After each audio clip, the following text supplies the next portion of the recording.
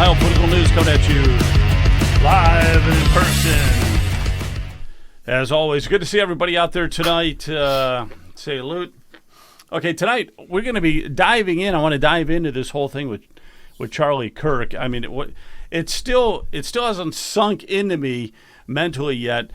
Everything that transpired there, and there's new developing stories coming up all the time. But it is just simply, it is one of the saddest cases that we've had in American history in a long time. And he cannot be replaced. There is no way, and nobody had a greater influence on Generation Z than Charlie Kirk. Nobody. And again, like I said, he cannot be replaced on that. But there's just so many different twists and angles that are coming on. We're going to dive into some of that. But I want to just show you one quick example is this right here. This is this guy right here that's being carted off by the police there. He wears the exact same shirt, you'll notice, that the shooter on the right. You can see the shooter has that American flag, and he's got that eagle shirt. And this kid here that the cop is hauling away, he demolished a memorial for Charlie Kirk. So they had gone to great painstaking effort, the people in that area, to put up a nice memorial, and he came over and purposely demolished it. But what's really bizarre is, okay, you notice the shirt the killer is wearing, and this kid, if I back it up, is wearing the exact same shirt. Look at that. I don't know. That is just another twist in the plot. I don't know what's going through people's minds these days. You have so many people that are actually applauding, the leftists, the woke community applauding what took place with Charlie Kirk being assassinated like that. But it's a sad thing. And I do want to say one more thing, and that is this. When I was on the Gateway Pundit looking at some stuff, there is a lot of information out there right now that there are these radical pro-trans online groups that have been predicting something like this. It's really nefarious that they've been predicting some of these online chats, like from just a couple days before Charlie was assassinated. They're saying something big, is going to be happening on September 10th. Something big is coming down. Keep an eye out. And it's all these like trans groups, these small trans groups. So that has to be investigated too, because that's a new twist in the whole development. There's one other thing I want to throw out too, just for some food for thought, is I don't know if we've got the whole story.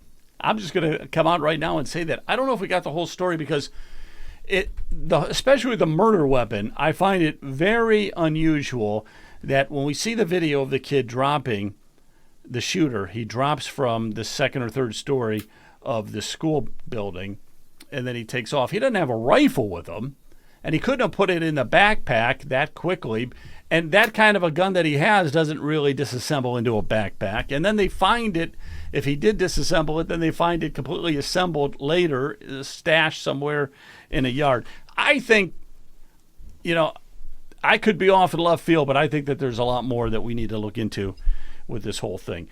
And also I want to ask everybody, if you're out there, feel free to please chat with the conversation on this, because we'd love to hear what you have to say. And also please subscribe. So if you're on YouTube, I need you to subscribe on YouTube.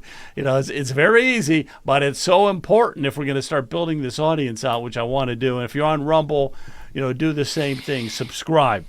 All right, let's find out real quick here who we've got out there. Brian is with us here tonight. Good to see you, Brian. Hello to everyone. Jonathan is with us here tonight. Hey, everybody. Good to see you. And we got Timothy Shea from the MAGA Institute joining us here tonight as well. Good to see all of you guys. All right, I'm going to just throw it out there.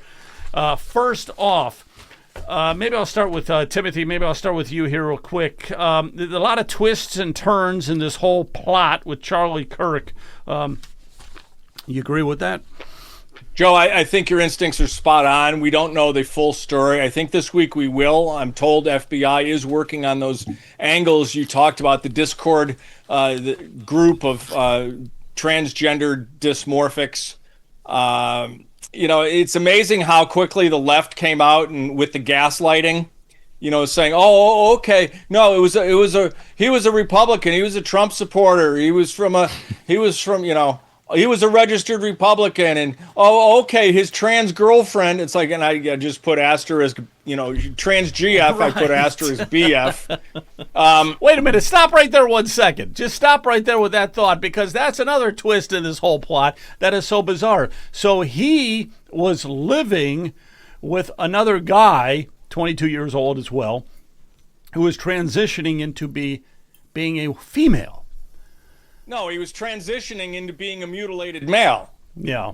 Well, by their definition, a female. But that is so bizarre, right? Okay, go ahead. Didn't mean to cut you. Yeah, so in a little bit of filigree on your first story, our state chair in Arizona had placed flowers at that memorial. So that attack today cuts particularly close to the bone. And I am long on record as saying that we need to eliminate all hate crime legislation.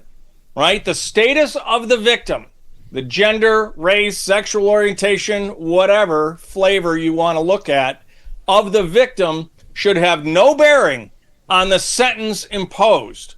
There's no such thing as a kind, gentle, loving rape, violent assault, or murder. Okay, so I want to get it clear. I'm against all hate crime legislation.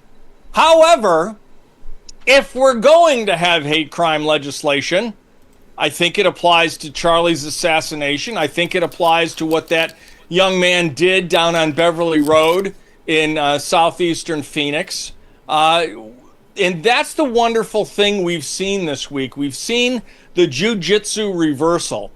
Okay, I can't say more than I can say, but let me just tell you that there are some very, very good patriotic people that have already gotten thousands fired.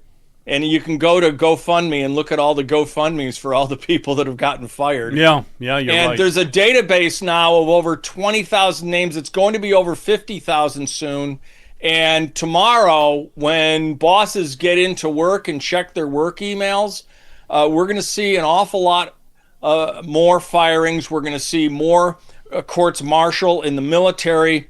We've had enough. The tables have turned, and it's now for them to experience accountability, consequences, and justice. No, you're absolutely right. So this is, we were just talking about this kid that was trespassing and mutilating this. Here it is. Well, it's on Fox News. Watch this. Okay, so he is, they set up a nice memorial and everything. He's just going to go, enough is enough. And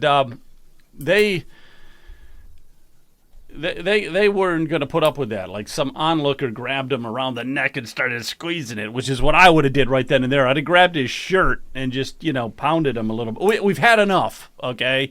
There's absolutely enough is enough. Well, we saw that at an AMC movie theater, okay? This guy unzips his fly and starts urinating on a child. And immediately, about 5 or 6 guys just start wailing on him. And I'm not advocating violence, but, Club Found Out got a lot of new members this week, Joe. I want to point one other thing real quick here on Charlie. Want to live in a country where if a woman does not want to go to work having to have a kid, she does not have to go to work and she could stay at home and raise those kids. It is. Now, some of this stuff that he is saying is not controversial. And if you go back a few generations, as he's going to say right here, that's exactly what was going on. We should all seek to build that country. It's good for men. It's good for women. It's good for kids, good for family, good for community. It's not knocking people that use daycare at all. If you have to use daycare, God bless you. I know it's tough. But honestly, too many people have to. In 1980s, a father working was able to support an entire family. Now that is true. You go back to the 70s, the 60s, the 70s, especially in the 60s, women really didn't work. I mean, and that's just such a concept of the mind that we can't even comprehend now.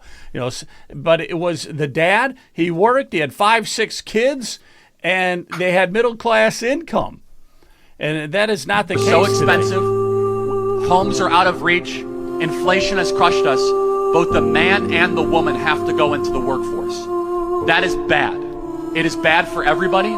It creates strangers raising our kids. And also it creates women that have to go into the workforce that are unhappy in their job because they'd rather have their 6-month-old baby in their arms. And honestly, it's much more important for you to raise your 6-month-old baby than crunching numbers on a spreadsheet for some company that doesn't even know your name. Right, exactly. So what are you saying there? And this is what gets him shot, right? This is what kind of assassinates and gets him. People get riled up about this stuff, Brian. It's just crazy. I just want to get your thoughts on it. Yeah, absolutely. It's really, really sad. But Charlie was right. It's the destruction of the family that's been a planned event, as far as I'm concerned, and the family was the foundation of our country, and it really has been destroyed, and we really want it back. This whole American dream has been shattered, and we want to get it back for future generations. We lived a great life in my generation, but the future generations are going to have to scramble, and that's just not fair to them. And I love the fact that, as I've heard, this is truly a turning point in our country, and we need to make sure that, and we will make sure Charlie did not die in vain, and we will continue. And it's good to hear that its Turning Point organization is going to get even stronger. I understand there's been a tremendous upsurge in young people wanting to join Turning Point and start their own chapters. So that's a very good sign. We need a revival in the country.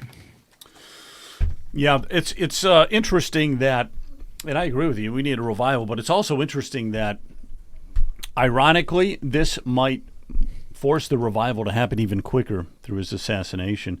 There are so many groups, like you said, it's just like thousands and thousands, tens of thousands of groups that want to now become part of Turning Point USA and do something on his behalf.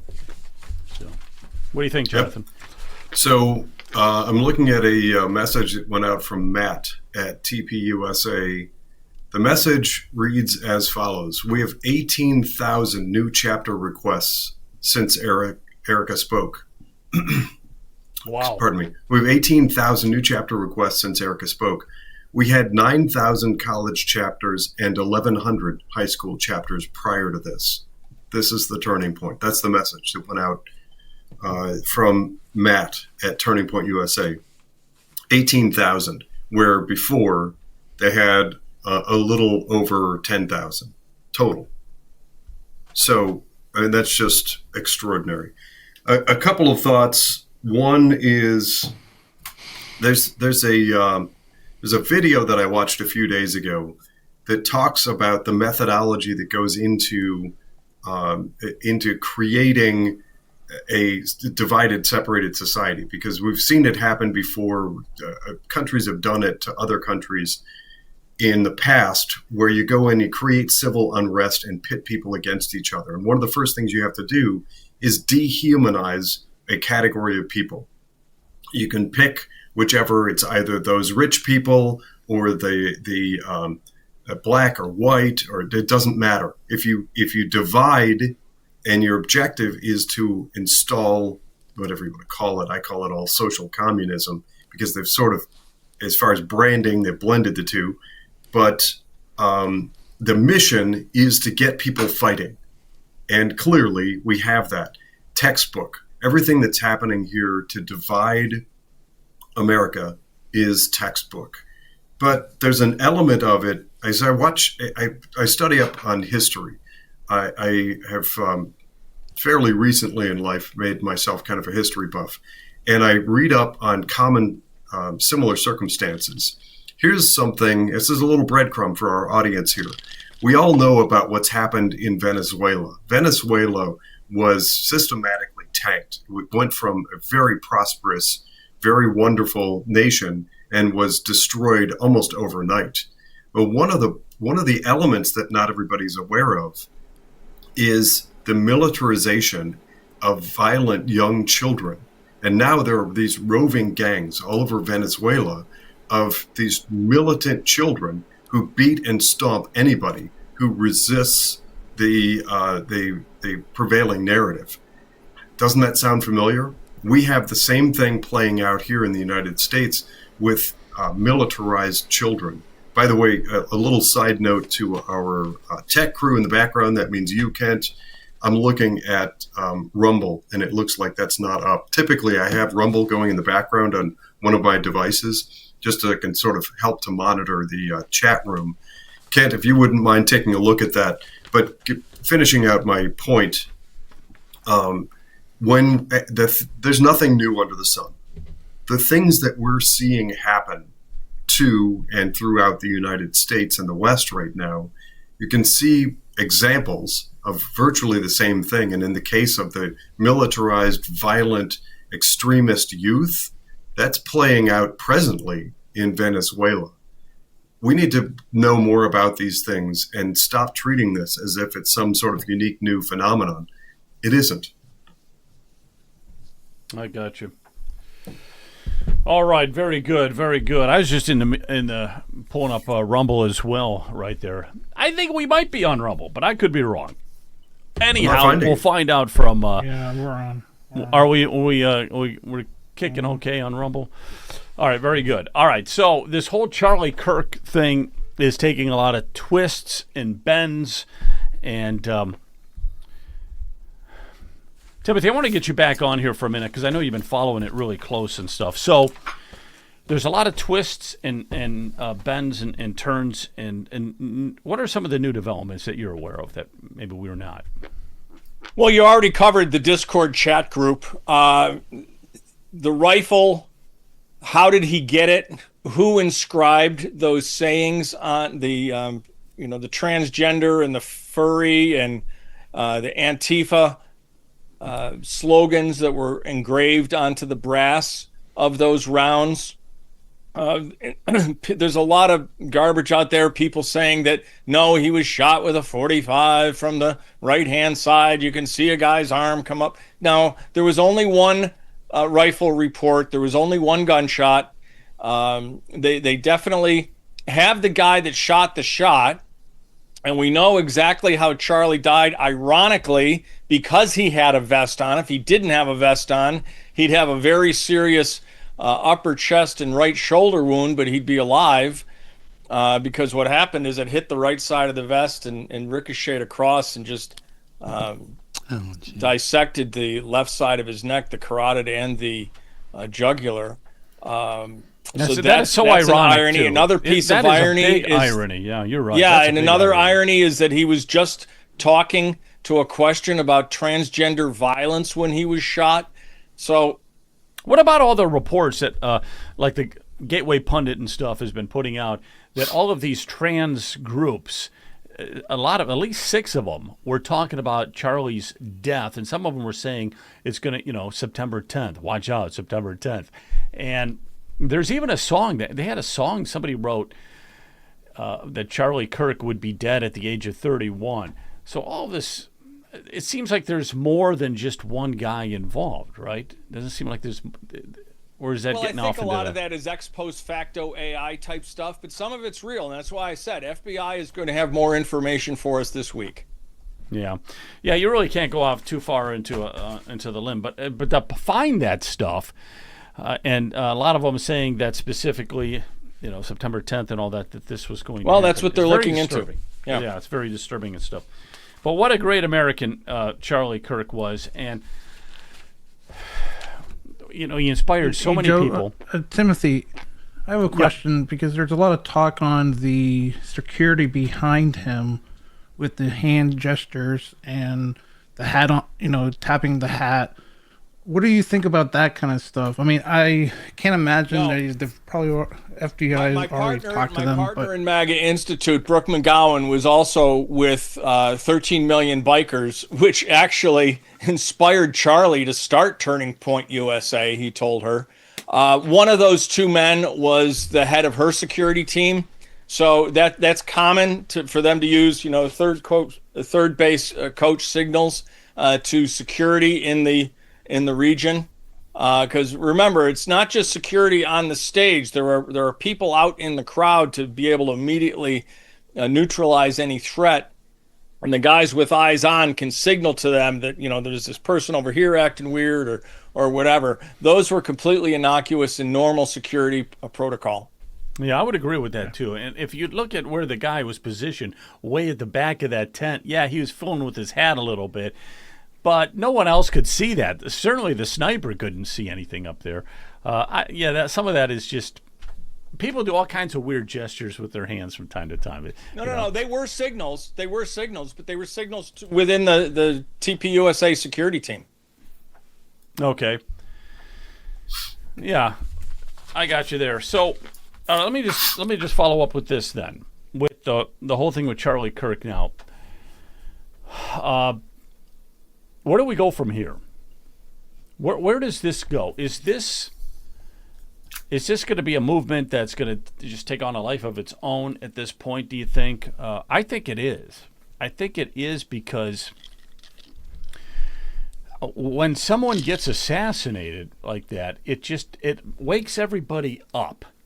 It just wakes you up. It's like college football doesn't seem that important anymore. You really you hone in on what is really, really important.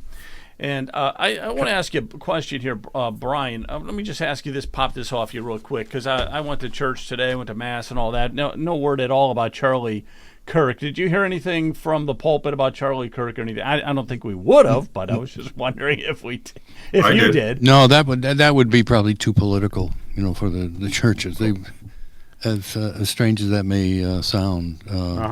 But I'm not really surprised. I do have a question for the for the group, though.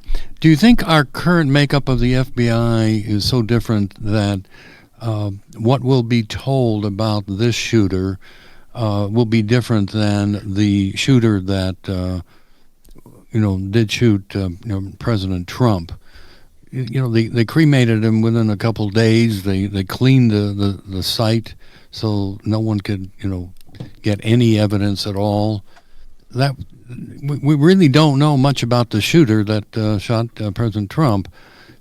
I'm hoping that does not happen here. I'm hoping that he doesn't commit suicide in jail or something like that. Well, he's going to be under watch. He's definitely going to be under watch, and they're going to make sure that he doesn't commit suicide. That's what Jeffrey Epstein was too. He was under watch. Yeah, he was under watch. That's cool, quite if I could speak disturbing to that, there. Joe, Brian, I think your instincts are right on point. However, I'll say two things. It's not just that there's a new sheriff in town with Cash and Dan Bongino. It's that Cash and Dan Bongino were lied to this week by their underlings. They kept the information of the shooter from Dan and Cash for 18 hours. And let me tell you, I have it from an inside source. They are livid, absolutely livid. And thunder is raining down within FBI as we speak. So they haven't cleaned it up enough yet. They still need to do some house cleaning. Clean up an organization of what is it? How many thousands of people? I said, and I said this all through the Biden sham administration. I want every single person at FBI gone, right down to the guy that cleaned out the latrines, because you can't trust any of them. There are no good FBI agents. Allow people to apply and vet. But we need a complete house cleaning of every single person, at least that worked in the Hoover building. I agree with you. I would agree with that. The other thing, too, is just piggybacking off of what Brian said.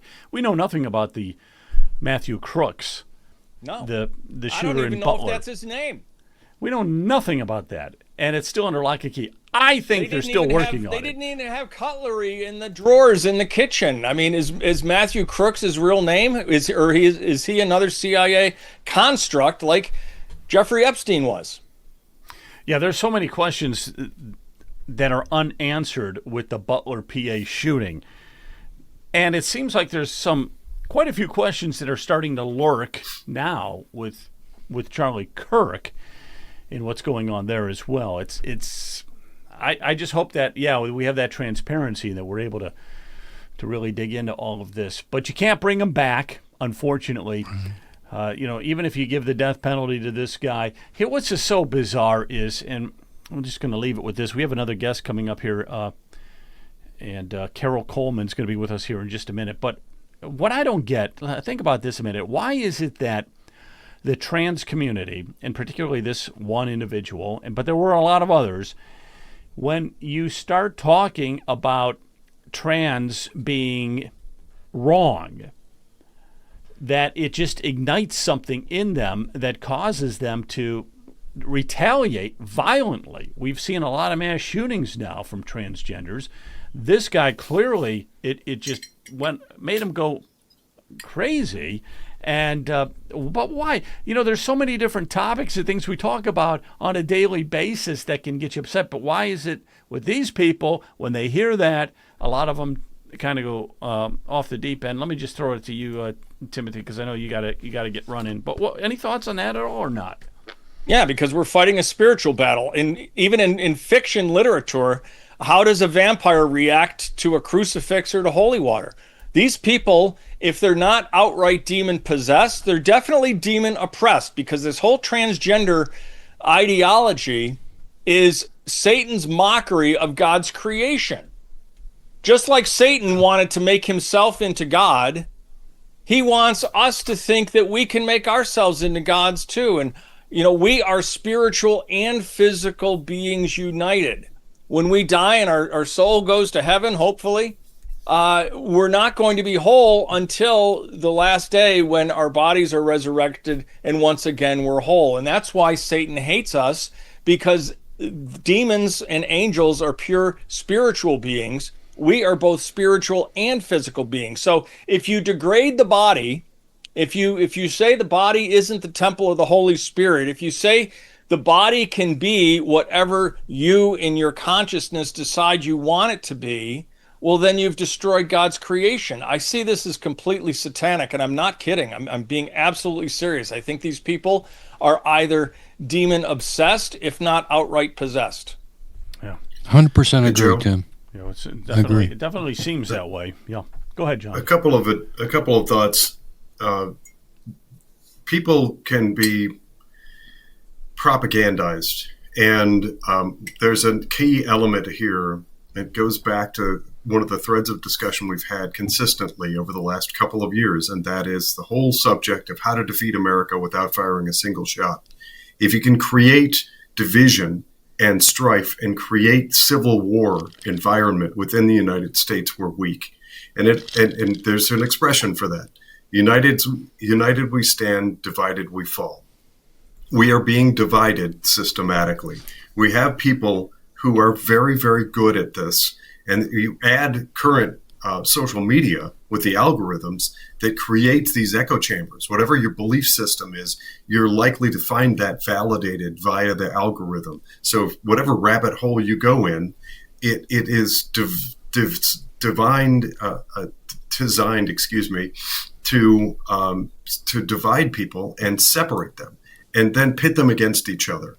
And when you add to that psychological conditioning that dehumanizes a group of people, you think of them as somehow subhuman, then you're willing to murder, kill, or give a free pass to people who do that.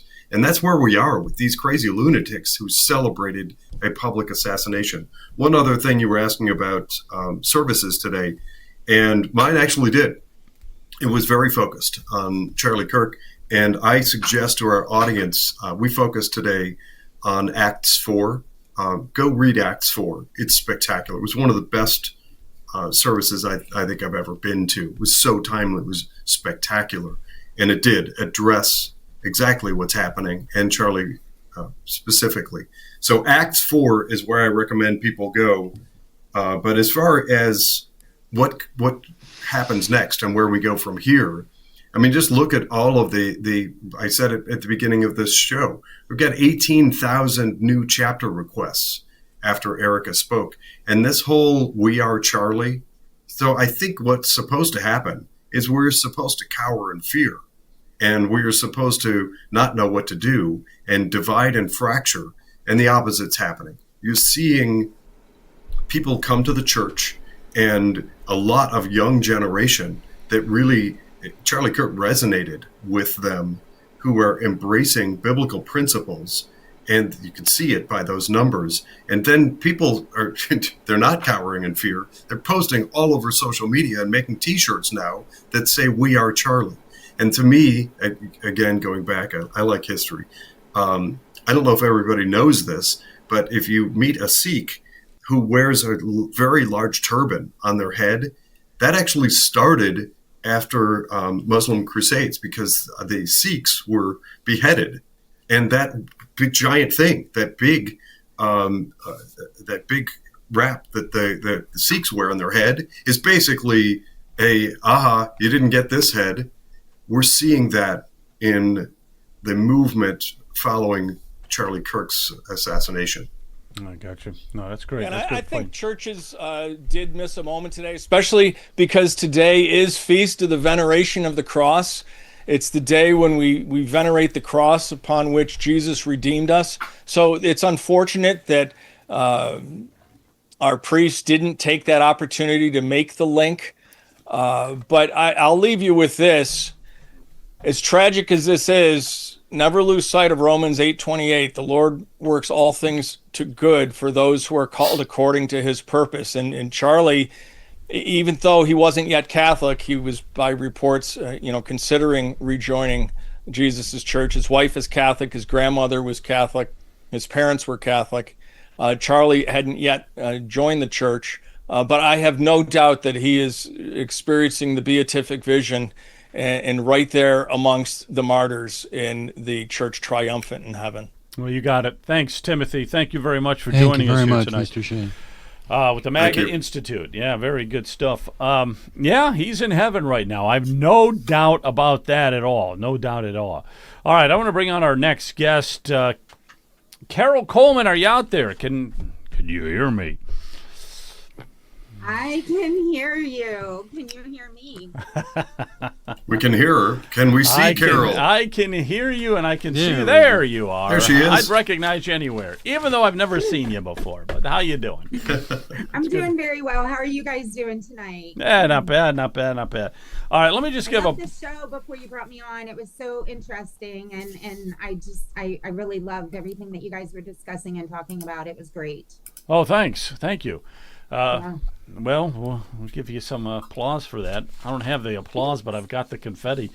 So, Carol, you're out in Monroe County, and you have an interesting election integrity issue that we want to talk about here tonight. So let me just give a little background on what's happening in Monroe County, and we'll take it from there. Okay, so here's the background. August last month, it says residents in Monroe County, organized by Coalition of Concerned Voters of Ohio, the Coalition of Concerned Voters of Ohio, submitted a petition to the Monroe County Board of Elections placing a local ballot measure on the November ballot coming up this November. So you wanted to do that. The measure aimed to ban the use of electronic voting machines in the county and switch to hand-marked, hand-counted paper ballots. Think about that a minute, okay? Citing concerns over election security and accuracy. And I know you got a few stories about that accuracy.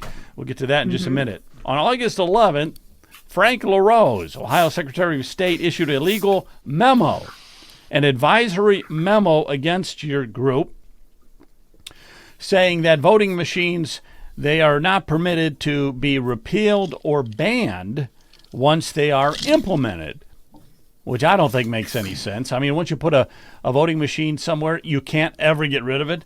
The memo effectively deems such petitions as yours and your groups as invalid.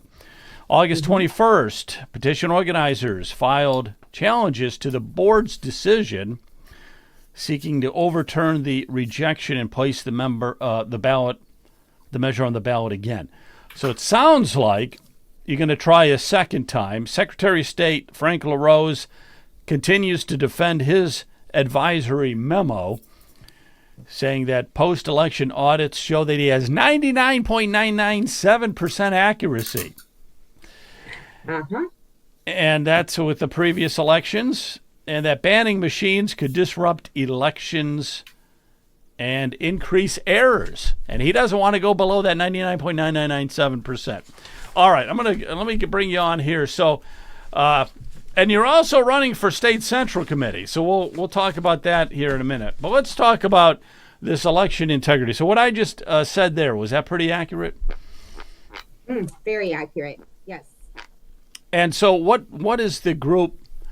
What is the group at? Where are you guys at right now with all of this? So right now, we actually just had a short meeting this evening to kind of discuss our next move forward, our next path forward. And we have a few options, and we are going to meet again just to really, we're going to do a little more research to find out how we can make those options, what is the best option, and how can we make it more, which option gives us the better ability to get this pushed forward. So we're kind of just in limbo right now. Yeah, when I was looking at your voting machine, I was trying to find out what other counties have your voting machine, because you were saying that there were some inaccuracies that happened with them. But it's really hard to get this information as to what. Now, there's two machines. One is I think you have a screen that you press to vote. Correct. And maybe some of you other guys have something like that too, and some of your we have that in Lake County. It's you've got one machine where you actually select your choice of candidate or issue, and it prints out a paper ballot, and that paper ballot is taken over to a tabulator, and the paper ballot is inserted, and the tabulator counts the vote. Yeah, the tabulator scans the barcode, and because all of your selections are now turned into a barcode or a QR code, and that tabulator scans that and reads the information. So how do you know? Like, how do we honestly know what is in that barcode? All right, let me ask you a question, because in Cuyahoga County, we do it a little bit differently. We do it the old-fashioned way. We just take a piece of paper, we color in the bubbles, but then we do put it into a scanner, okay, a tabulator. But you've got a step prior to the tabulator, which you do in a touch screen. So you vote for, the auditor, the Secretary of State. You vote for the president. You press a button as to who you're voting for, right? So when you get a printout, does the printout list that person's name that you can double check on, or what happens then? So before you complete your transaction, you can review all of your selections, and you are able to go back. And once the paper, what they call considered to be a paper ballot, yes, it is. Those selections are printed out on that piece of paper along with the QR code. And the problem is, who reviews those? Most people at my precinct are grabbing their little sheet of paper and they're going over to the tabulator and scanning it. We have had a few people within our county tell us that they reviewed their printout, and once reviewed, they noticed the incorrect selections. So, and this was prior to taking it to the tabulator. This was the printout, and they noticed that it didn't match what was on the screen, right?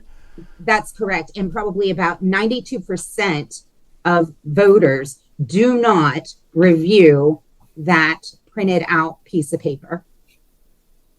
Right. And so it's how many people have not caught it? That's the big question. The big burning question is how many people do not look at it and have never caught that error.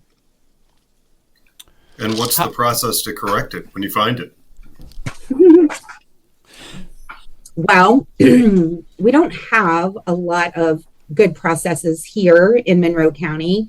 But if caught, then they call a poll worker over and they show them. So we were in a meeting. I was in a meeting of about 20 people.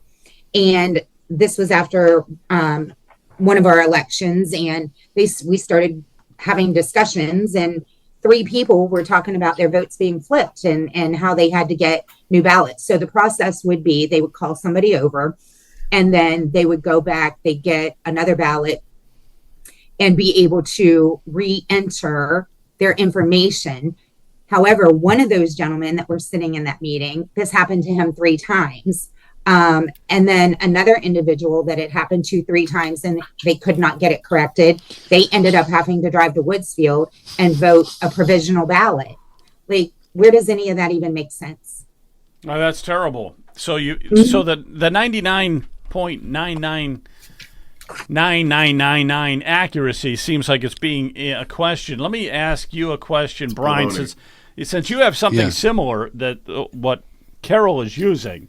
Yeah, Carol, are you using ESS machines or are you using Dominion? They're using ES and S. Well, as far as the tabulator. Yeah, we're using ESS also in Lake County.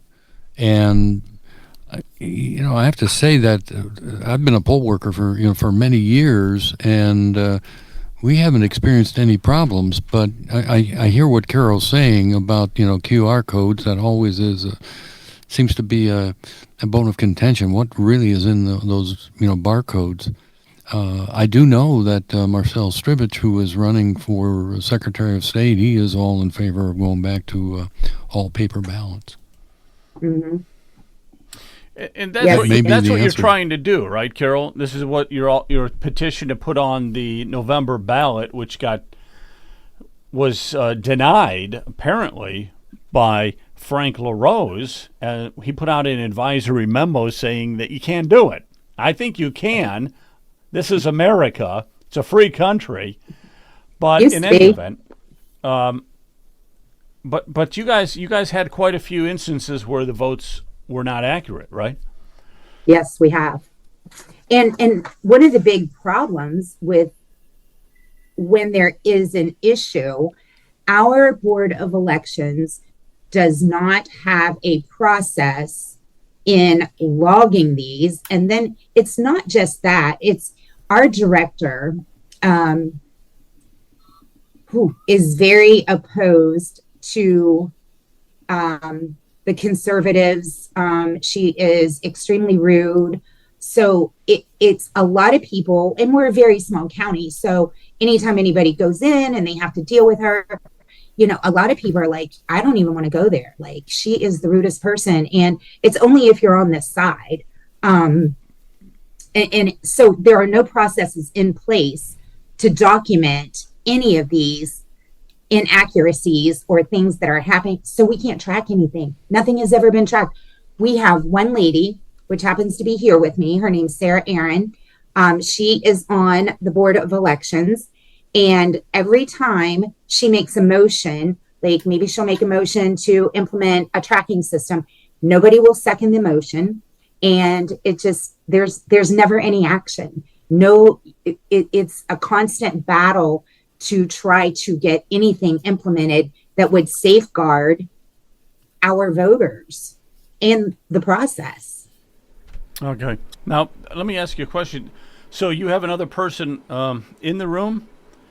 I do. My friend Sarah, and again, she is on the Monroe County Board of Elections, and so she is here with me. Okay, so this she want to shed a little light on this? We'd be glad to hear anything, Because I don't know what's going on. I know that much. But does she want to share or just listen? Sure. Sure, she will share. Okay. She's limited to what she can say because there's a big target on her back. So she is very limited to things that she can comment on, but she is also very able to comment. So Sarah? Sure. Hi. Okay, great. So the Board of Elections, my biggest concern ever since I've been on there is just the way that we spend taxpayer dollars. I'm pretty frugal, and there's it seems like once you work for the government, you don't have to be, and you don't have to answer for how you spend money and stuff like that. And so one of the biggest issues, aside from the vote flipping that we've seen, is the cost of this. Our county is very small. We were $1 million in the red at the end of 2024. And after some records requests, we found that we've paid more than $700,000 to ES&S since 2019. And we have a voting base. We have fewer than 10,000 registered voters. The last election, we had 826 voters show up. And so the idea is that for, excuse me, is that for the whole county? Yep, that's for the whole county. Wow, that is a small county. 826 voters. Okay. Yes. Gotcha. Yes. Yeah. And so just the idea that hand counting wouldn't work for us is a little preposterous. So how long would it take? Yeah, realistically, how long would it take to count 826 ballots? I don't think it would take that long. We do it at the same precinct. Our precincts are so small. Here's another fun fact. We used to have 28 precincts, polling places in the county. We've got an aging population here. The number of polling places have been reduced by 70%. That's great. Now we've got grandma driving a half an hour on crazy gravel roads. Hope she's got a chainsaw in her car because trees randomly fall down across the road all the time. It's a good time. And so it just the way that we spend money, the way that the voters are being dismissed and disenfranchised, it's unfortunate. And so I'm not really making friends, but I'm asking a lot of hard questions and they don't like to hear it. When I ask about election day performance, for example, if you bought a $700,000 racehorse and you wrote that check yourself, would you have your stopwatch out on race day or would you just not care? And so when I'm asking about machine performance, why aren't we tracking how every machine is doing any incidences? Because it all is an opportunity to inform us on something. Do we need to educate our voters more? Do we need to train our election workers more? Do we need to consider a different type of machine? Whatever. There's no interest whatsoever. And if I make a motion for something like that, we stare into space and pretend that we don't hear me. It's great. And just very irresponsible. We have, at the May election, there was a machine that we needed to replace. And so we swapped it out early on in the day. Well, when you're looking at numbers, that machine, we're going to have one more election this year. That machine will have worked 50% of the time this year. What anything is acceptable? A 50% failure rate? Yeah, 50% is, especially when it comes... especially when it comes to elections, 50% ain't going to cut it. Okay, anything. But anybody responsible. Are you allowed to, after everything's been tallied, are you allowed to just count them for the heck of it to see if it all added up? Correct? Are you allowed to do that? Actually, before I was on the Board of Elections, in the fall of last year, we did a citizens initiative, not on an official forum, just had people sign up, and we had 286 signatures from with people. 80 volunteers. Yeah, with 80 volunteers, the people that were willing to help count. And we said that when you do the audit, it's a 5% audit, which actually isn't 5%, but I'll tell you that in a sec. That we wanted to count all of those. We wanted to count all the ballots, and these 80 people volunteer because we knew that if we said we just want y'all to count them, they would say, no, we can't. We're understaffed. It's too much money, whatever. And so we were going to do that. They ignored the request. We asked them a couple of times with different deadlines, continued to ignore us. And finally, the election passed and it was, it just kind of went away. So there's just this history of blatant disrespect for the voters. And even though we say it's in the minutes that the chair works for the voters, the actions would suggest otherwise. Mm-hmm. The whole 5% thing, you pull 5% of the ballots, but you only count 3 races. So if you've got a ballot with 20 races, you're not counting 5% of the ballots. You're counting a fraction of 5%. So that's a little bit deceptive. And that's where that 99.999% comes in. He's only auditing 5% at the most 5% auditing, and just taking a few races? Taking a few of the races. So if there's any hanky-panky going on, you're not going to catch it. Not going to catch it. Yeah, exactly. It wouldn't be caught. Let me throw Jonathan in. Jonathan, do you have a question for the two ladies here? Well, first of all, welcome to the show. Thanks for coming on and joining us. Carol, you and I have spoken on the phone, and I appreciate all that you're doing. I have many comments and questions, and boy, I wish we had a full dedicated show. I'll try to run through this fairly quickly, and hopefully that all this makes sense to all of our guests.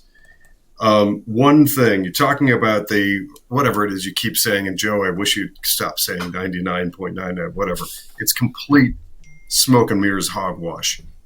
We know from Citizens Audit that Ohio has something around 12.5 million bad or questionable entries on voter rolls.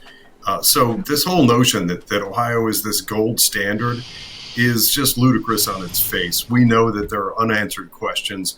When Frank LaRose came out at some point, I don't know, a year-ish ago, and talked about how he was going to clean up something like 713 bad entries in their voter rolls. Well, I quickly did the math on that and alerted everybody that at that pace, we'll clean up the issues on Ohio's voter rolls in about 7,000 years, if nothing else bad is entered in. So it's just, the whole thing is ludicrous. If you do actually want gold standard elections, take a look at Laura Shar. She was actually a guest on my podcast. Laura Shar is with Gold Standard Elections. You'll find them on social media. They have a website. Gold Standard Elections, when you're asking questions like how long would it take and about what is the cost for hand counting, going back to an actual auditable, recognizable, clear, transparent election in Monroe County, go to Gold Standard Elections and they've got all the data. You can watch videos of how they do it step by step, and it is unbelievably a thing of beauty. So my expectation, based on what I've learned, is that Monroe County and all others like them would be afforded massive, faster elections, clearer elections, more transparent, at an astronomical, monumental savings to taxpayers. Mm-hmm. So all of that stuff goes together. There's one other piece on websites, and that is go to handcountroadshow.org. So Mark Cook has gotten to be kind of a friend, great guy. He actually came as my guest and spoke in Lake County here about a year ago. But Mark Cook, go to Hand Count Roadshow, and I'm going to direct you to a video. And this, I'm speaking to my audience. I'm sure that you two lovely ladies already know this information, but there's a great video. What if I told you, my listening audience that probably wants hand count and paper ballots and things that you feel are actually have integrity, not the smoke and mirrors hogwash from politicians in Columbus telling you, don't look, don't worry, the black box is telling you the right answer. There's a video of an array of politicians, a vast list of politicians, all captured on video, saying that our elections are not secure, that these electronic voting systems are not secure. Let me tell you a couple of the names on this video. Hillary Clinton, Adam Schiff, Sheila Jackson Lee, Val Demings, Jennifer Wexton, Ron Wyden, Ted Lieu, Amy Klobuchar. It goes on. Kamala Harris. They're all caught on video in a montage that you'll find on Mark Cook's website. Show people that. And so I'm assuming that this guy you're talking about, whoever heads the Board of Elections there locally, is opposed to the citizens because maybe he's far left, I'm guessing. I don't know who it is. I don't even know his name.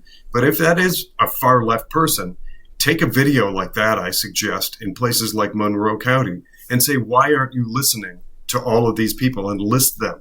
And then take out a billboard and make a sandwich sign outside of the Board of Elections. Did you know the board president is choosing to ignore Dan Coates, Zoe Lofgren, Matt Blaze, Philip Stark, Andrew Appel? If you don't know those names, those are far left politicians, and they're all on video saying our electronic voting systems are a mess. Don't trust them. Do not trust them. That video is it's a death knell to the far left who want to tell us, what, there's nothing to see here. The election systems are all fine and good and great.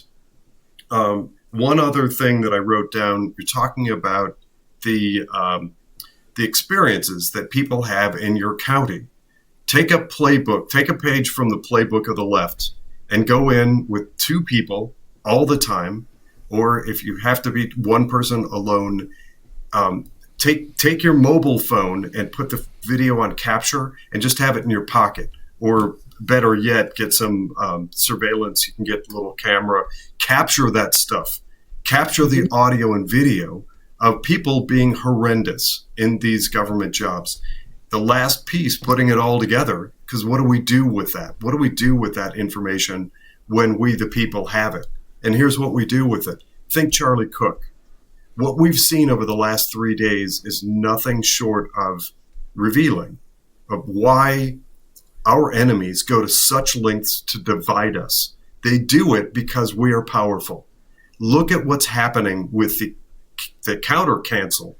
I mean, we've had 5 years of people. I'm outraged. The amount of cancellation I've faced, and many people like me. I actually did a whole series called Weaponized Regulators, but that's a side note.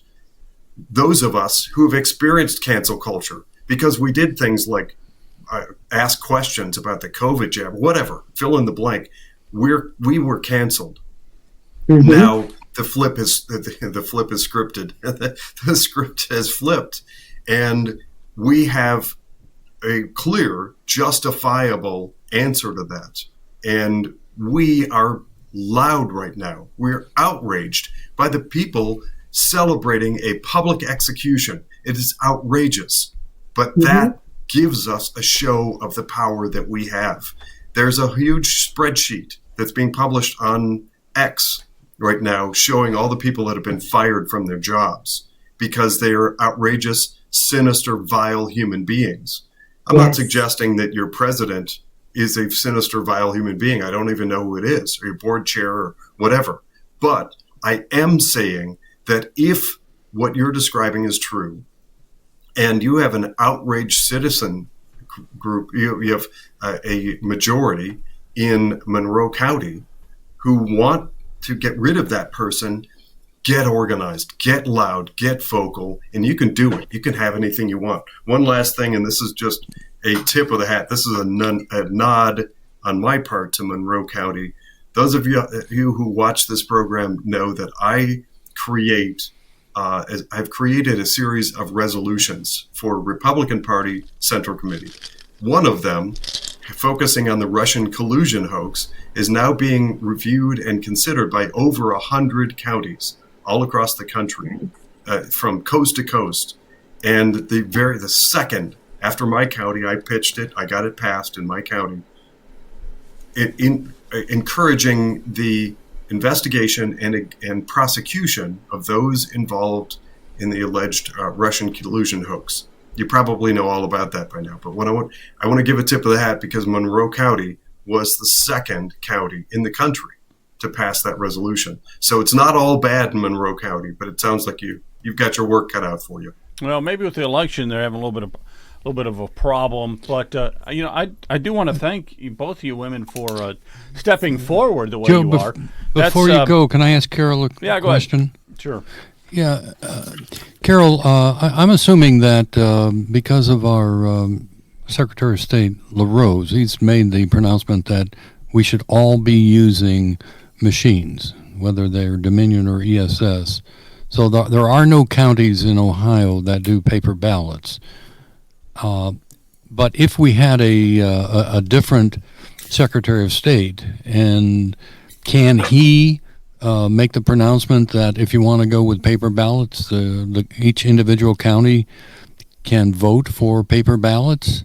Therefore, there's better local control of the elections. So I'm asking a question. Is that possible if we had a different Secretary of State, the individual county could select to go with paper ballots?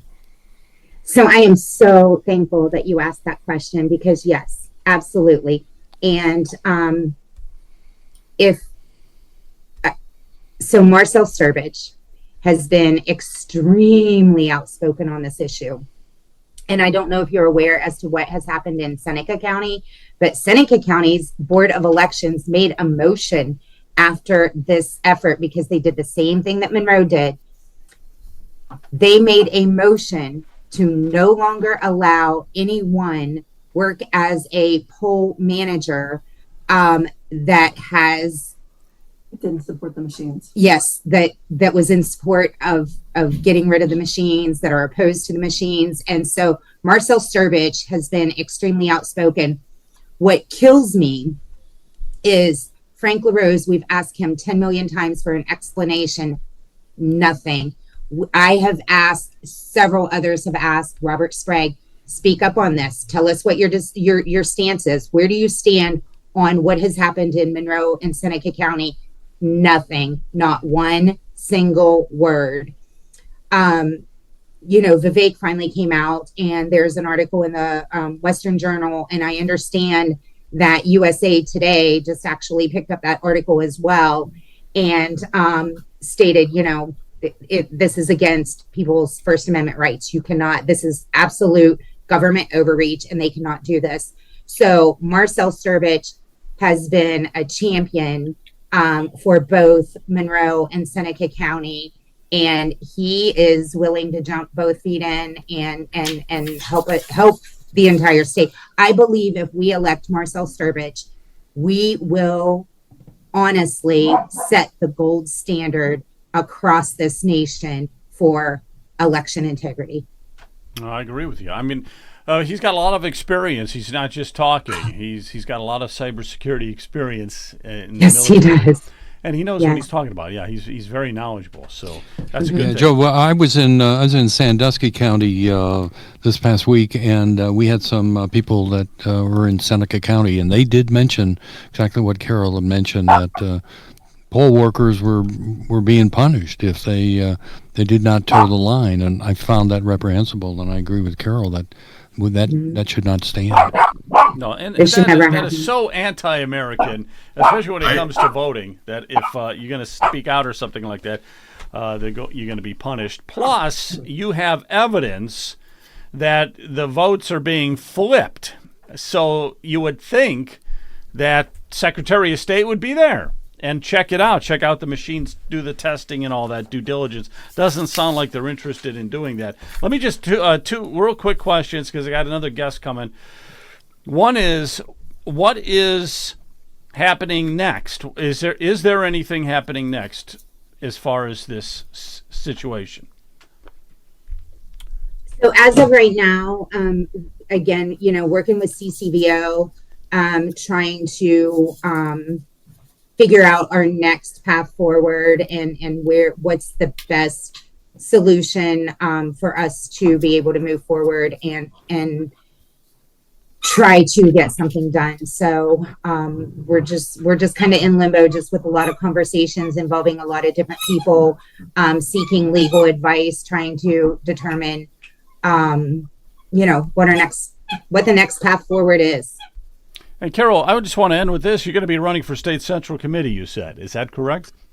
I am. Yes, absolutely. I am. I think like the people of my county have truly inspired me. The group that I work with Monroe County Republican Party, they are all absolutely amazing.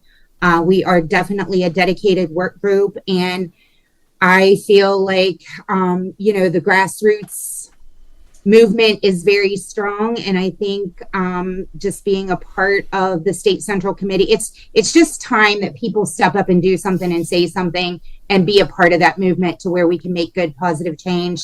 So, yep, I'm running.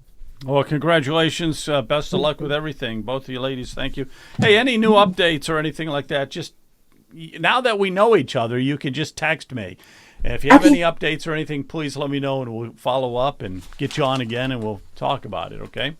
But that sounds great. Thank you. Yeah, best of luck. All right, thank you so much. Thanks for being an activist. We appreciate that. Thanks, ladies. You got to be this day and age. Thank you, guys. We've got this character coming on next. How you doing? I told you to stand in the corner, but you didn't have to take me literally. Okay, now turn around. That's I'm remembering days from when I was in elementary school. There wasn't a corner I didn't have my nose in, but anyhow. It's a nice background. I gotta get the flag or something going, huh? All right. So how's it going? I didn't have the lower thirds for you, but it's Jeff Skinner. Jeff, you have this. This is called the Ohio Register. So people can go to this website. Got a lot of great news. www.theohioregister.com, and you got a lot of good articles here. We're gonna talk about this one in Springfield, Ohio, here in just a second.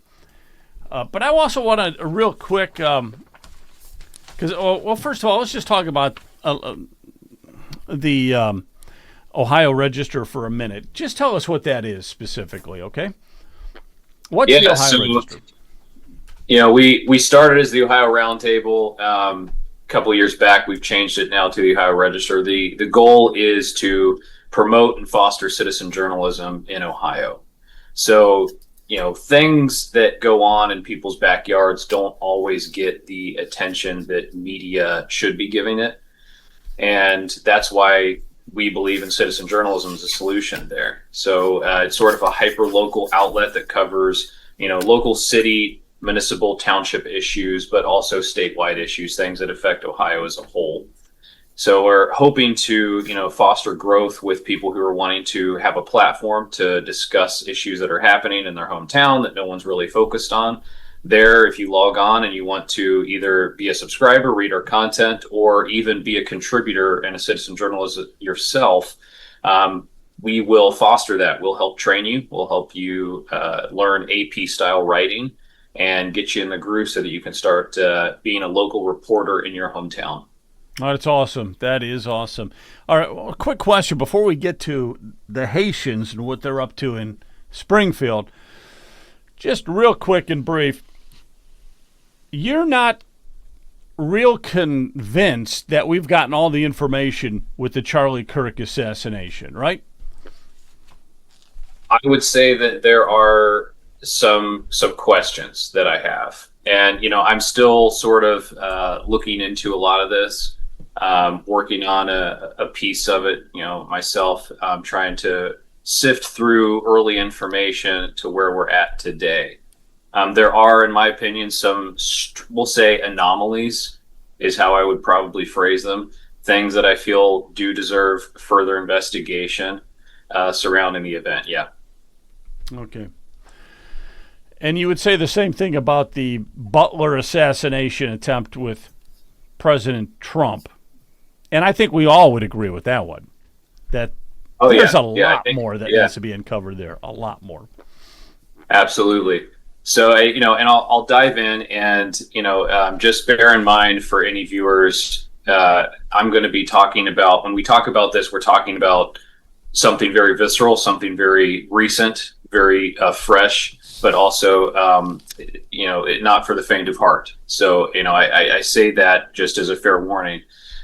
When you mentioned Butler, I would say the first thing that came to my mind when this event happened was the distance of the shooters. I mean, with the Butler event, we have one set of inconsistencies, and I'll get back to the distance of the shooter as well. But with the Butler event, you had multiple eyewitnesses, seeing this assailant climbing or trying to gain access to rooftops, reporting it to authorities essentially doing nothing with that information. Secret Service did not do adequate sweeps of the area and vantage points.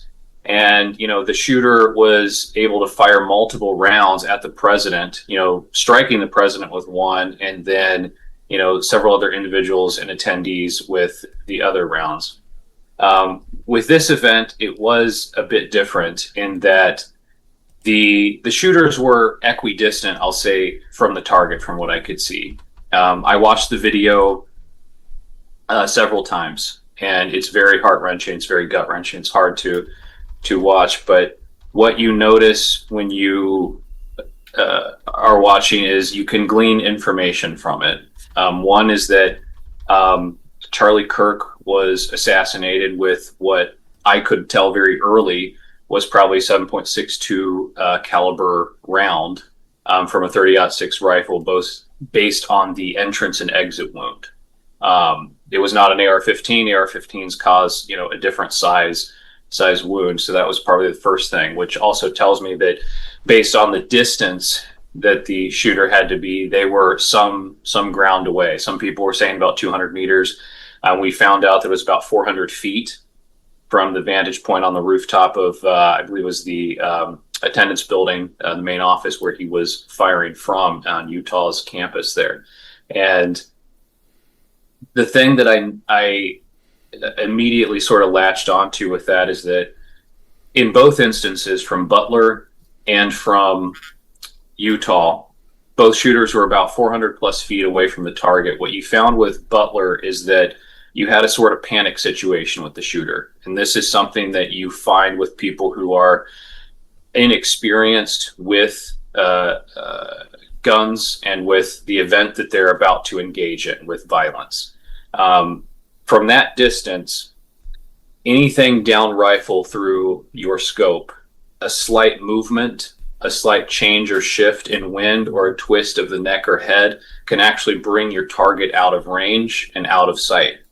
So you really have to account for that in this scenario. And in the case of Butler, what you find is that the shooter fired one shot and then several other successive rounds. And that's because after the first shot, there's panic.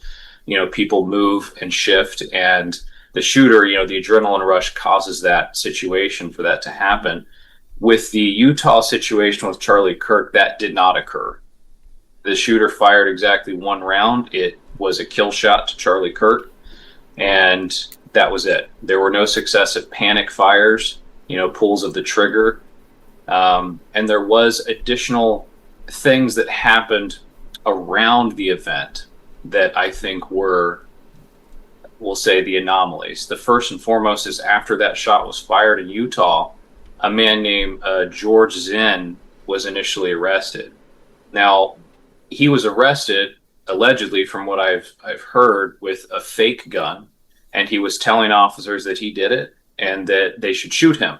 He was screaming that in the video when he was being arrested, "Shoot me, shoot me." We could write that off, I think, in this instance, if it was some local insane person or someone seeking attention. But in the instance with Zinn, what I find troubling is that this isn't the first time or the first catastrophic event that he's been connected to. He was arrested connected to the Boston Marathon bombing, calling in bomb threats related to that. In addition to that, he claims that he was also present during 9/11. So we've got two other large-scale events in which this individual seems to be popping up, essentially interfering with police action that might have allowed a quicker response to locate and find the shooter. That's a really good point, though. Let me just say that I agree with you. That's a very good point, because it could be used as a decoy. If he's occupying, they arrested him, so they were suspicious of this guy. So if he's doing that on purpose, that's giving the shooter the opportunity to escape. Let me ask you this question, and you have some great insight, but what about the shooter that has been apprehended? Are we 100% sure that he actually committed the crime?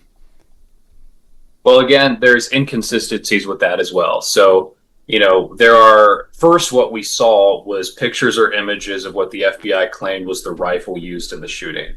And they say they find this rifle in the woods. That's where we get the inscriptions on it. Now, I will say that some things that I found quite alarming in terms of questioning, we'll say, the ATF or FBI's understanding of things is that they were looking at etchings on the rounds that have arrow markings on them and saying that they believe that that was from, the shooter and his sort of manifesto or credo as to why he did it. Those arrow markings are actually pretty standard for what we call 7.6 or 30.6 rounds. And, that's leading to the lack of understanding or expertise for the federal authorities to understand what they're actually looking at there. But in addition to that is, the pictures that they released later, we saw an individual in sunglasses, ball cap, a shirt with an American flag. You look at that, you think, okay, was this an individual maybe trying to blend in with the general, area? But that outfit actually contradicts the 911 dispatch, 911 dispatch audio. So dispatch audio communicating with law enforcement response team said that eyewitnesses saw an individual in a black vest with a black mask on. So, we haven't heard whether this attire was worn and maybe taken off. It hasn't been recovered. It's just sort of dropped at that point.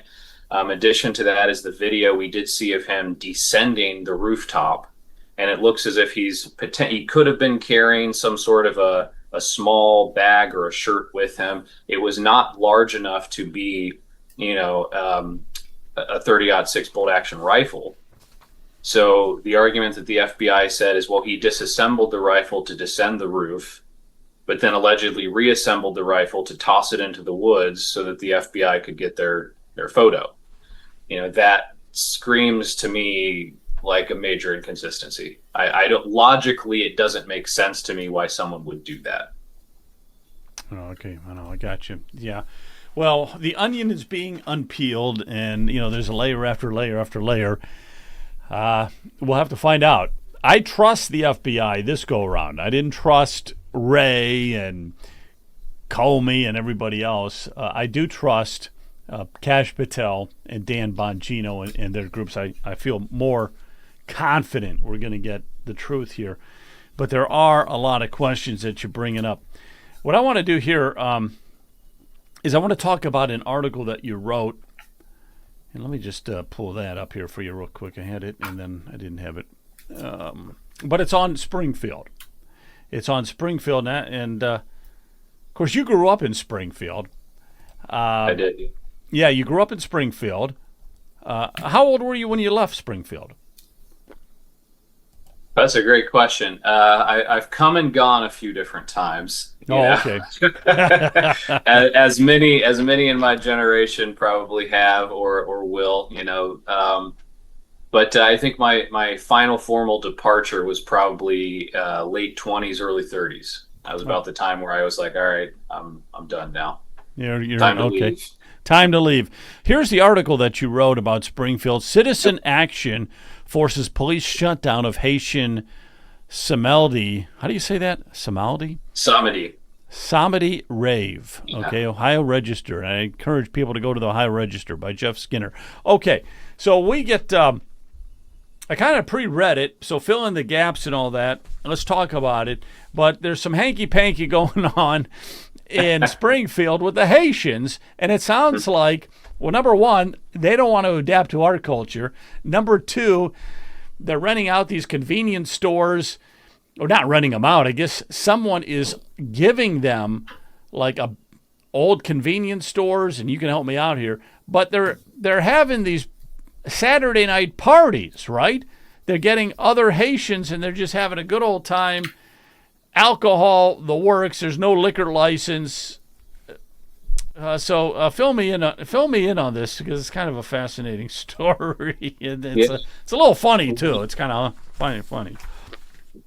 Definitely a change of tone. But yes, that's in short what's happening. So we have what is essentially a market, is what they call it, a corner store type market, which you do find in certain like larger urban areas, like a city like Wilmington, Delaware. You find a lot of them on street corners. It's where you go, you can buy chips, food, that sort of stuff. That's what essentially they're licensed or coded for. And that is not what they're being used for. So these local businesses, the ones actually managing the stores, in short, are not the ones that own the property. The property are owned by other individuals in Cincinnati or Columbus or larger metropolitan areas. But they're renting the store space out, and they're not actually using it as markets. Many residents are saying that they've tried to gain access to these areas under the auspices of their official usage and finding empty store shelves inside, but there is something going on in the back rooms. And it turns out that what might be going on is they're running nightclubs out of these areas on Saturday nights. And one such event was shut down last weekend. So the residents of Springfield had sort of been tracking this. Locally, they've been driving by. They see a lot of cars going on. They see these flyers being circulated online. and individuals had even gotten videos outside the establishments on Saturday nights where you can see that they have security operating, keeping people out, preventing entrance. They're charging ticket prices at the door, $20, $50 VIP. These Haitians are having too good of a time, having way too good of a time. This is the poster here for one of them. This was at Z Spot Lounge. Haitians only, right? So if you're not a Haitian, they won't even let you in. $20 to $50 to get in. I thought all the Haitians were poor and starving to death, but apparently not, huh? Well, that is the argument, right? If you look at actual official news outlets, whether that's the Springfield News Sun or Dayton Daily News, what you're going to find is these articles where they're saying that all these, Haitian population are, like you're saying, destitute, hungry, concerned about what's going to happen to them. And then you actually see something like this, which harkens back to the era of speakeasies, during the Prohibition era, where the mob would operate backroom lounges selling alcohol, outside the confines of rule of law. And that's essentially what they're doing. They do not have liquor licenses for these establishments, and they're selling $200 bottle service. All right, we got to get to the bottom. We got to get to the bottom of this. No pun intended, Brian. What, you ever hear of such dastardly deeds? So these guys are having a big party in these rooms. The Haitians. So I guess the eating of the cats, that's old news. They're not doing that anymore, obviously. Hello, Jeff. Nice job on the Ohio Register, by the way. Very nice. Hi, Brian. Thank you. Is this the group that Governor DeWine brought in from Haiti? Or is this... his school down there. I think it's since been shut down. But Haiti, for a very long time, has been a location in which politicians and we'll say nonprofit organizations have gone to either, in my opinion, transfer funds around in interesting ways. I mean, the Clinton Foundation is very famous for taking in large amounts of funding and donations to build houses, and they maybe accomplished one or two over several years and pocketed the rest of the cash and salaries. And I think a lot of institutions follow the same framework. Here's the storefront. This is the storefront of one of them. So there's really nothing going on during the day. It's kind of closed. But at night, especially on a Saturday night, this thing comes alive. And you got to be a Haitian, though, to get in. Jonathan, you ever hear of anything like this before? This probably doesn't happen in Chesterton. Where are you at? Geauga County. Probably doesn't happen in Geauga County. I'm not aware of any such thing. If it's happening, it's at least so far off radar for me. A couple of comments I made, a couple of notes. Just a fun sort of a note. The first thing is for anybody in the Cleveland area, you probably know the name Bob France. Bob is a conservative radio talk show host. And during last week's show, he actually texted me asking about the Ohio Register. And I'm actually texting with him now to make sure that he knows to get connected with Jeff. So it's kind of cool. After 1 week, we're kind of connecting the circle. Jeff, welcome. Thank you for joining us on the program. One point of clarification, because I imagine it's probably actually two. One having to do with me and one having to do with Jeff's comments. We do have some observant viewers of this program, and while 30-06 and 7.62 are the same caliber, they're actually chambered differently, so they're not interchangeable. My guess, knowing about the hunting side, is that it's much more likely to be a 30-06 that's behind that. And my clarification, I made myself a note from last week. I misspoke. So, Joe, I'm going to interject this. Last week, I actually referenced a number in the Ohio, our rainy day fund in Ohio. It's actually $4 billion. So thank you for bringing that to my attention. Coming back to the topic at hand, I have a lot of questions about what's really going on in Springfield. I remember when they're eating cats, they're eating dogs, and all that stuff was coming up, and we learned to tie back to DeWine and the Clinton Foundation and all that stuff, people were asking about how they were getting there and why. And I want to say it was the town manager, I forget his exact title, was found to be renting properties and profiting personally from bringing in all these people. He had rental properties all over the place. What's the dynamic there? Has that changed since Trump has taken office and there's work to try and repeal that recurring allowance for continued visas for people from Haiti? Where does all of that stand? Well, it's a good question. To answer your first question, Rob Rue is the individual that I've actually identified as he has property rentals that are or have been currently rented to Haitians. So, he is profiting directly from that, and he has been one of the most adamant supporters of the Haitian immigration into the area. And to your second question as to where they stand as far as the revocation of their temporary protective status, it's a good question. The city of Springfield has been essentially outwardly stating that they will do whatever they can to protect the new neighbors, as they refer to them, which I understand why. A lot of local businesses, including McGregor Steel, depend on this massive influx of cheap labor through the TPS program.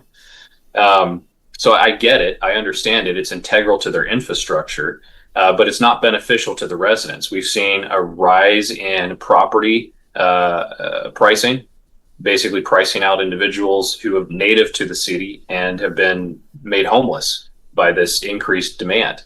So you also have a loss of jobs. As we have seen with the Welcome Initiative plan, and you can read this on the Ohio Register. We've covered it a couple of different times on how this all came about in Springfield, the massive influx. But in short, the Welcome Initiative is sort of at the center, the fulcrum of it. And they have orchestrated or organized a plan in which jobs are directly pipelined to Haitians in Haiti using staffing agencies. One of the most prominent, of course, that got notoriety was First Diversity Staffing. So they'll use this TPS program and the staffing agencies to essentially bypass, heritage Americans, heritage Springfielders for jobs and opportunities and pipeline them to Haiti and bring them over under this contract basis. So the TPS, that's temporary protective status. Okay. For the Haitians, but Trump's getting rid of all that, right? Isn't he? They're no longer protected status, correct? So we've been told, I've heard a couple of different things back and forth. I believe the official date for the revocation of that is in February of 2026, which is fairly close to when Biden was going to let that expire anyways. The hope was that was going to be revoked a lot sooner this year. In August, and that does not appear to be the case. So we will see what happens as we get closer to February. It seems each successive month or each time we get close to that drawback, another federal judge somewhere in New York or California or something like that steps in and says, no, you can't do this. This is unconstitutional. And then it's back to square one in another court debate. Oh, okay. So they still might be getting some federal aid, is what you're saying. Almost all of their funding comes from some sort of either federal program or nonprofit that is taking federal donations and programs. It's so bizarre. Of all the places, Springfield, you got this, 15,000 Haitians or something in the city? It's amazing. Yeah, the number isn't even really quantified. I mean, they've said anything from 12,000, 15,000. Unofficial metrics say 20,000, and this is a city of 58,000 residents. So you're talking almost, 30-40% of the population, just mass influx in there with no tracking, no database management, no emergency services support. It's been a complete disaster for the city. I will say that the city of Springfield has gone on record not to tie it to the Haitian influx, but to state it in terms of income tax revenue. They're not taking any income tax in. So something is going wrong there. They said that this was going to be a huge boon for the city. They're now financially destitute. They're talking about cutting services and funding for programs, everything except emergency services, because they have no money. Well, if they're not getting any income from the taxes or whatever, I would say that they're not working. So they're just getting free money from the government, and that's how they're surviving. Brian, any last thoughts on this? And I like that shirt, by the way. I like that shirt a lot. I don't know if you want to thanks. stand That's Kent's handiwork. Yeah, it just seems like the citizens continue to get abused. Where we're doing something great for poor people in Haiti. We're bringing them in, but it sounds like we've got them at slave labor in some organization. They're not contributing income taxes for the people. So now the people in Haiti or in Springfield are supporting or helping the people from Haiti, but they're being adversely affected. Is there any politician that is worried about the citizens in the state of Ohio? It drives me crazy that they're helping others to the detriment of Ohio citizens. It doesn't seem right to me. Yeah. Any politicians stepping forward, or they're all kind of mum on this? That's a good question. I've spoken with people that I felt were strong candidates that didn't win office, that had opinions on it and felt like they would have been the people to stand up for, heritage Americans in this situation. But I don't know of anybody currently that I would say related or close to this issue that I know of that really is standing up for the residents of Springfield. Yeah, that's too bad. Jonathan, I'm going to let you have the last word tonight, okay? So we'll probably wrap it up, but go ahead.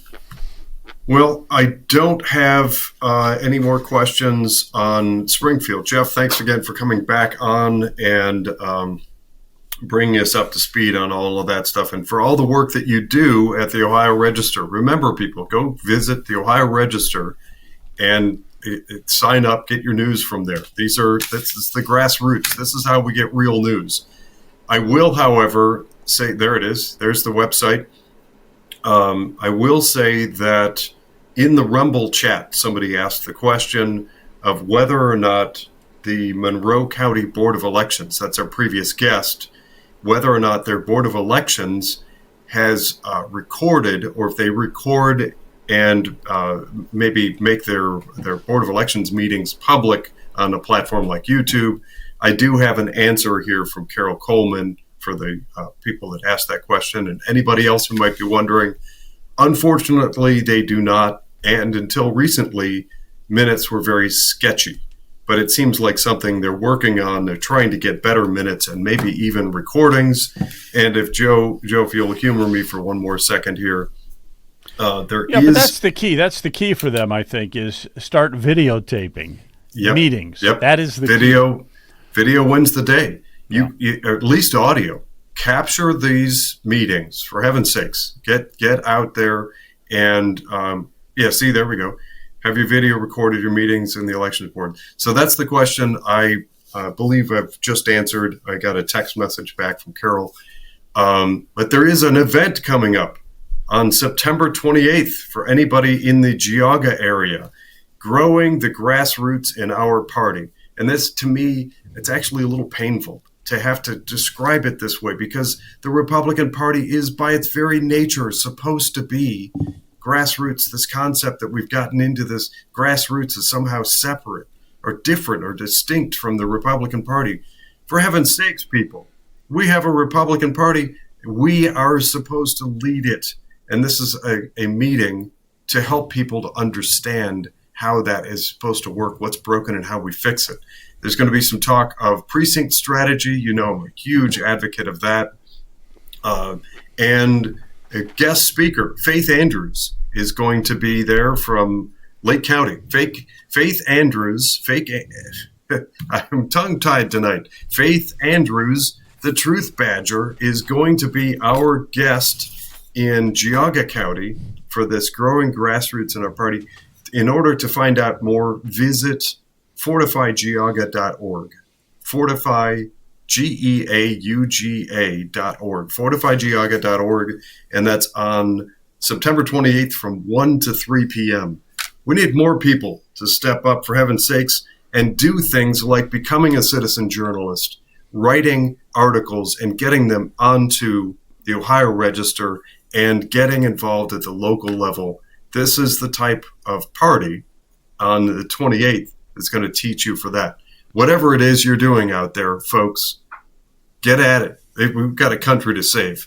I am personally, as I said earlier, one segment ago, I am very inspired by what we're seeing, the organization and the clout, the power that we are exerting, flexing our muscle with those just gross people who celebrated the murder of Charlie Kirk. We've gone after them and we've shown that we can cancel them. Now let's apply that muscle. Let's apply ourselves to things like precinct strategy and becoming citizen journalists, running for school board, and all sorts of things like it. Let's get out there and let's get after it, folks. Absolutely. Hey, Joe, Jeff, can I get one more minute, please? go ahead. Yeah, Joe, I want to let everybody know next Saturday we'll have the Columbus rally. I'll be representing Ohio Political News down there from the media standpoint, and we are going to be pushing the abolishing the property taxes, and we'll do it with a huge rally down in Columbus.